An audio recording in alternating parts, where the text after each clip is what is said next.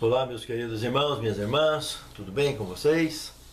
Para mim é sempre uma alegria poder abrir a palavra de Deus e juntos podermos estudar. Eu gostaria, antes de iniciarmos esse estudo, de convidá-los para uma palavra de oração. Santo Deus, muito obrigado, Senhor, por sempre termos essa oportunidade esplêndida de abrir a Tua palavra e buscar o sustento para a nossa fé. Nos abençoe nessa busca, para que Tu possa consolar o nosso coração com as Tuas promessas, com as Tuas bênçãos e com a Tua proteção. Fortaleça-nos em nossa fé e em nossa jornada cristã. É o que te pedimos, agradecidos em nome de Jesus. Amém, Senhor. A lição de hoje, misericórdia e justiça em Salmos e Provérbios. Na realidade, na Bíblia toda, nós temos esse conforto, essa certeza da promessa de Deus. Mas de maneira especial hoje, abordando então no livro de Salmos e Provérbios, nós temos aqui o verso principal em Salmos 82, 3 e 4, que diz o seguinte: defendei o pobre e o órfão, fazei justiça ao aflito e necessitado, livrai o pobre e o necessitado e tirai-os das mãos dos ímpios. Irmãos, aqui é um recado claro para as pessoas que têm essa condição, que têm essa bênção de Deus, essa proteção especial de poder estender a sua mão a alguém que é oprimido e livrá-lo da opressão. É um recado claro para que não abra mão de ser um instrumento nas mãos de Deus. Isso envolve pessoas comuns e pode envolver juízes, advogados, delegados, autoridades de um modo geral. E mesmo voltando para o setor privado, empresários, chefes de departamentos, patrões, etc, etc. Quantas e quantas pessoas ao nosso redor sofrem opressão, injustiça? Aqui estamos falando, claro, de um livramento promovido. É tudo que está concentrado nesse salmo. E para se promover livramento, sempre haverá luta. Não se iluda. Não é fácil tomar partido da verdade. Não é fácil ser auxílio a alguém que está sendo oprimido. Porque os opressores têm prazer na opressão. Por incrível que pareça, a maldade já se tornou um vício na conduta desses opressores. E isso é uma característica muito familiar com Satanás. E não é de admirar que qualquer indivíduo que exerça opressão tenha realmente características similares ao príncipe das trevas. Pense nisso, amado irmão. Pense nisso, amado irmão. Mas o Senhor é conosco. O Senhor nos faz instrumentos vivos nas tuas mãos para que a nossa missão seja cumprida. No segundo tema, Salmos, cânticos de esperança para os oprimidos. Aqui nós temos o Salmo capítulo 9, do verso 7 ao verso 9 e do 13 ao 20, que tem dois trechos interessantes para a nossa reflexão. No primeiro trecho, que é do verso 7 ao 9, o Senhor ele julga o mundo com justiça. E é sempre o nosso refúgio em tempo de angústia. Olha que coisa mais interessante. Ele julga o mundo o tempo todo. Ele julga qualquer nação. Ele julga qualquer reino. Ele julga qualquer planeta e qualquer mundo que ele tenha criado. Em se tratando, então, de alvos de julgamento, que são regiões que foram afetadas pelo pecado, como nós aqui no planeta Terra, Deus é um absoluto juiz de forma permanente e é justo e misericordioso e amoroso. É tão verdade isso que o segundo trecho aqui desse salmo, do verso 13 ao 20, que é com misericórdia que ele protege os oprimidos e livra ele da mão dos ímpios. Seja usando outros instrumentos seus, humanos, ou usando seres celestes, ou de forma direta, mas que ele livra, basta que seja um escolhido. Mas será que todos escolhem a Deus? Porque ele diz que todos são chamados, mas poucos os escolhidos. Por quê? Porque poucos escolhem a Deus. Mas se escolhemos a Deus, não abrimos mão dessa escolha, não tem conversa. O Senhor nos livrará de uma maneira ou de outra, com certeza absoluta, sem margem ou sombra de dúvidas, ou variação que seja. Absolutamente certo o livramento do Senhor em prol de seus escolhidos. Observe que o verso 20 desse salmo aqui mostra que, afinal de contas, seja juiz, seja advogado, seja delegado da autoridade, seja o justo, seja o injusto ou ímpio, todos não são réis mortais? Não são simples mortais? Por que então não ouvir o Senhor, não olhar para Ele e atender a sua voz? Pense nisso, amado irmão. Pense nisso, amado irmão. Porque o Senhor está acima de todos. Ele é nosso Criador e mantenedor. É o doador da vida e principalmente da oportunidade. Não desperdicem. Terceiro tema. Faça alguma coisa, Deus. Entre aspas. Isso aqui é uma expressão desse contexto do Salmo 82 que nós analisaremos agora. Salmo 82, do verso 1 ao 8. Esse salmo, na altura do verso 6, Deus usa uma expressão muito forte aqui, principalmente olhando na ótica do nosso idioma, do português. Na ótica do hebraico, existem variantes para se adequar a isso, mas não tão ajustada o ideal para que no português sejam devidamente compreendidos. Aqui disse que vós sois deuses. E se você analisar o contexto todo aí, está mostrando que é o peso da responsabilidade de representarmos a Deus diante das pessoas, principalmente para aquelas pessoas que possuem posição de autoridade, independente de ser eclesiástica, não importa se é um magistrado, se é um delegado, se é autoridade policial, qualquer forma de autoridade. Quando nós encontramos diante da injustiça, principalmente se tratando de pessoas oprimidas, jamais. O Senhor está de olho. Deus está usando naquele momento, Ele quer usar essa autoridade como instrumento vivo nas tuas mãos para livrar o oprimido da opressão. Por isso essa responsabilidade. Inclusive, lá no Evangelho de João, no capítulo 10, verso 34 e 35, numa ocasião em que Jesus cita esse salmo aqui, para os fanáticos da sua igreja, os seus perseguidores, que o estavam tentando oprimir já há tinha tempo, Jesus aborda esse contexto de forma muito dura contra eles, dizendo que na lei, mencionando aqui os escritos de, está escrito que vós sois deuses, justamente mostrando o peso da responsabilidade que eles tinham diante da população da igreja e das pessoas que eles julgavam como magistrados da época, então, e praticavam injustiça constantemente. Eles não valorizavam a responsabilidade que tinha de ser representante de Deus diante das pessoas. E Jesus fez essa citação mostrando que se vocês são chamados dessa forma, e eu que tenho feito só o bem, curado, e vocês estão me perseguindo, querendo me fazer o mal, pensa o nível de maldade que Jesus estava apontando para o coração daqueles indivíduos. Lá no livro do Êxodo, também no capítulo 4, verso 16, há muito tempo antes de Asaf escrever o que ele escreveu aqui, nesse salmo, muitos e muitos anos antes, olha o que Moisés escreveu lá, em Êxodo capítulo 4, verso 16. Diz que a boca de Araão, diante de Faraó, seria a boca de Moisés. Mas as mãos de Moisés, diante de Faraó, seriam as mãos de Deus. Um estava representando o irmão, ou seja, Araão representando Moisés, e Moisés representando a Deus. Porque de Moisés procedia os comandos de poder para que Araão falasse ou fizesse qualquer coisa, ou que ele mesmo, Moisés, fizesse.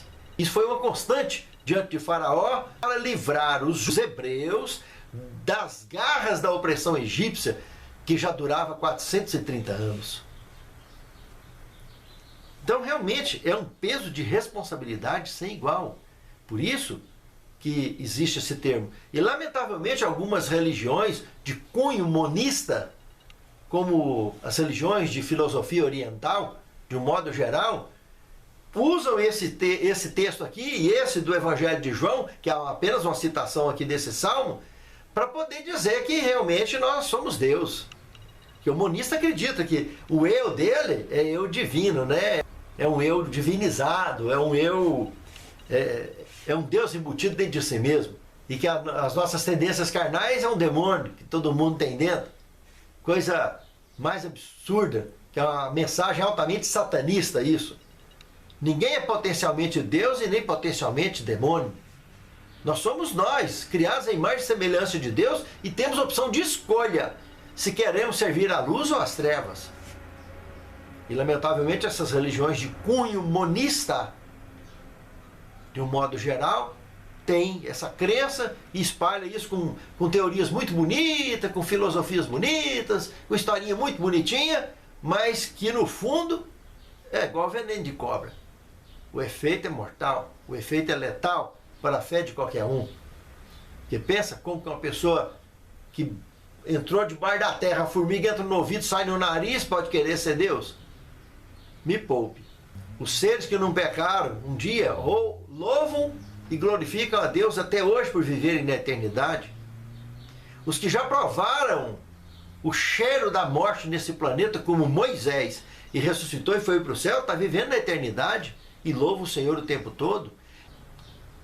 Enoque, que foi vivo para o céu antes do dilúvio. Moisés, que morreu e ressuscitou e foi viver na eternidade. Elias, que foi vivo num carro de fogo para o céu. Pensa, irmãos. Aquela multidão que ressuscitou com Cristo, em Mateus 27, 51 e 53, ficou 40 dias com ele aqui na terra, evangelizando as ovelhas perdidas da casa de Israel, como cita o desejar de todas as nações. Irmãos, que coisa mais séria. Essas pessoas vivem na eternidade, porque têm consciência que são criaturas, nunca perderam de vista essa essência de que são criaturas, que apenas têm a imagem e a semelhança do seu Criador. Quando temos esse tipo de consciência, desenvolvemos naturalmente um temor santo a Deus e principalmente uma reverência absoluta, de forma a amá-lo e adorá-lo em espírito e em verdade. E Deus procura tais que assim o adorem, como ele comentou para a mulher lá no poço de Jacó, no Evangelho de João, no capítulo 4, verso 23. Pense nisso, amado irmão. Pense nisso, amado irmão. Quarto tema, promessas de um rei. Ao estudarmos o Salmo 101, que é pequenininho, nós podemos destacar 3 pontos aqui interessantes. O primeiro, focado na proteção absoluta da nação e promovendo a justiça social e o bem-estar da população.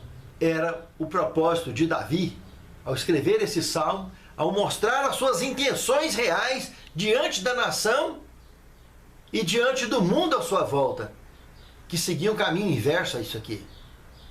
E Davi estava com toda a sede de apresentar isso aqui e prometeu isso diante da nação, porque ele estava inspirado, ele estava conectado com o Rei dos Reis, Senhor dos Senhores. Segundo ponto é lembrar que só Salomão e Davi, porque Saul foi uma bagaceira, foi um desastre o governo de Saul. Somente Davi e Salomão é que avançaram nesses propósitos, não atingiram o ponto máximo, nenhum dos dois. Avançaram nesse propósito. E de lá para cá, não só na história de Israel, mas na história do planeta, um desastre total. Completamente desandado esses propósitos diante da humanidade. Um mundo que, pelo conteúdo bíblico, cada dia vai de mal, de ver uma nação melhor. Mas cercado de corrupção, cercado de maus servidores, cercado de pessoas incompetentes e de pessoas egoístas, de pessoas jactanciosas e principalmente de pessoas más. Infelizmente, e uma andorinha sozinha não faz verão. por mais que troque dos seus de ministros e parceiros, etc., está sempre cercado de uma massa podre. E só Jesus na causa, para voltar e conseguir colocar tudo em ordem da maneira que deve. Então melhora, claro. Pessoas bem intencionadas melhora a nação onde está, em qualquer parte do planeta, em qualquer parte da galáxia onde exista pecado. Com certeza faz diferença. Pessoas bem intencionadas, pessoas que andam na luz, por mais pecadores, por mais tendenciosos que somos, por mais mortais que somos, o fato de nos dispormos a servir a Deus, a ser usado como instrumento nas suas mãos, isso facilita a vida do mundo ao nosso redor, independentemente da posição que ocupamos neste mundo. E é por causa desse tanto de dificuldade, de desajustes que existe no planeta, dessa corrupção contagiante que escurece o planeta, é que o terceiro ponto é o motivo principal de nós vivermos, pregarmos e orarmos e nos prepararmos para a breve volta de Jesus. Pense nisso, amado irmão. Pense nisso, amada irmã. Quinto tema, andando com o Senhor. Aqui já estudando o Salmo 146, especialmente observando do verso 5 ao verso 9, nós temos aqui a graciosa esperança firmada no Senhor e revelada neste salmo. E que realmente quem anda com Deus sempre vencerá. A vitória é certa. Vale a pena andar com Ele. Não é fácil. Jesus foi bem claro quando olhou para os seus discípulos e falou para eles bem claro, lá no sermão profético então, no Evangelho de Mateus, no capítulo 24, do verso 1 ao 41. Pode observar como Jesus foi claro, apresentando profecias e contextos escatológicos seríssimos e mostrando que aqueles indivíduos ali que estavam com ele, aqueles 12, seriam perseguidos e arrastados aos tribunais e odiados por todas as gentes por causa do nome dele, representando outros cristãos que viriam após eles, dos quais lá na oração sacerdotal ele pediu que não peço só por esses, mas por aqueles que haverão de se juntar a esses, que envolve a mim e a você também, envolve os que foram perseguidos em todas as épocas da história do cristianismo. Jesus foi claro, não é fácil andar com Deus, nunca foi fácil. São momentos cruciais que vivemos na história desse planeta. Passado, presente e futuro. Mas em breve, Jesus voltará. Pense nisso, amado irmão. Pense nisso, amada irmã. Sexto tema, Provérbios. Misericórdia para com os necessitados.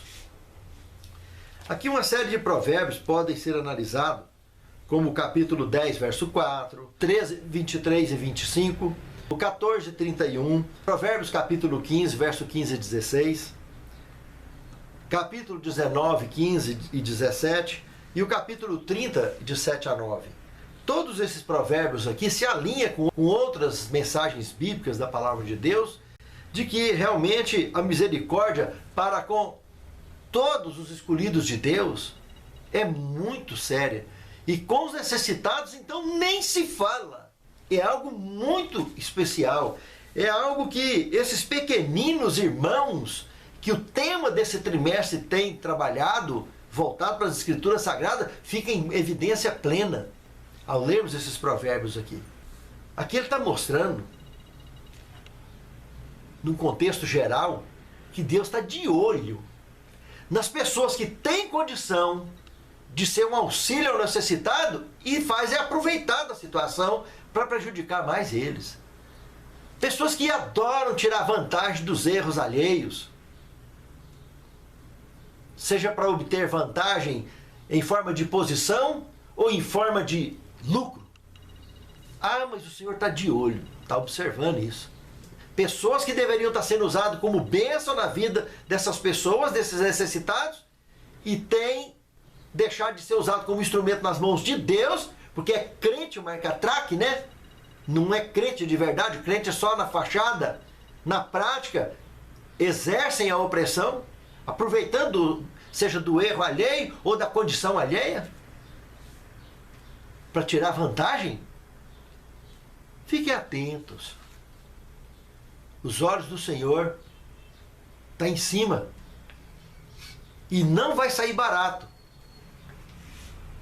Zaqueu tinha tanta consciência disso, tanta consciência, que o dia que ele conheceu Jesus, ele não precisou. Aquele judeu, que era um crentinho dos marca-tracos, pior que podia ter naquele tempo, que ele foi criado como judeu. Mas pensa num indivíduo que oprimiu a nação. Ele tinha tanta consciência na alma dele, como um crente marca-traco que ele era, pela educação que ele recebeu de nascença, que não precisou de Jesus pedir nada. Jesus jamais ia pedir. Ele ofereceu devolver 4 vezes mais. Cada um que ele tinha oprimido. E ele tinha certeza que ainda ia sobrar muito dinheiro. Porque o que ele investiu, ele alcançou um patrimônio consolidado. Ainda sobraria dinheiro para cuidar de várias gerações. Meus amados irmãos. E quantos que vão para a sepultura carregando esse peso nas costas. De ter ganhado dinheiro às custas de lesar as pessoas, de oprimir as pessoas. Pense nisso, amado irmão. Pense nisso, amado irmão. O olho do Senhor está sobre todos nós. Para finalizar, 7º tema, uma aliança segura. Patriarcas e Profeta, página 754, tem um trechinho muito interessante aqui. Olha o que diz. Os salmos de Davi passam por uma série completa de experiências. Desde as profundezas da culpabilidade consciente e condenação própria, até a fé mais sublime e mais exaltada, comunhão com Deus. O registro de sua vida declara que o pecado pode apenas trazer ignomínia e desgraças, mas mostra que o amor e a misericórdia de Deus podem alcançar os maiores profundidades e que a fé erguerá a pessoa arrependida para que participe da adoção de filhos de Deus. De todas as declarações que sua palavra contém, isso é um dos mais fortes testemunhos da fidelidade, da justiça e da misericórdia de Deus com sua aliança. Não percam esse foco, irmãos, da aliança segura, de que se você andar com Deus, Ele é justo e fiel às suas promessas, para perdoar os nossos pecados e nos dar condições de andar com retidão diante de Deus e diante dos homens. Santo Deus, cubra-nos com as vestes de Jesus, fortaleça a nossa fé, perdoe nossos pecados, lapida-nos como um barro mole na mão do oleiro, para que sejamos usados como vasos de bênção para o mundo que vive ao nosso redor. Santifica-nos na Tua palavra, que a Tua palavra é a verdade. Te pedimos agradecidos, em nome de Jesus. Amém. Amigos juntos a passear, dadas as mãos, alegres conversamos, sem nada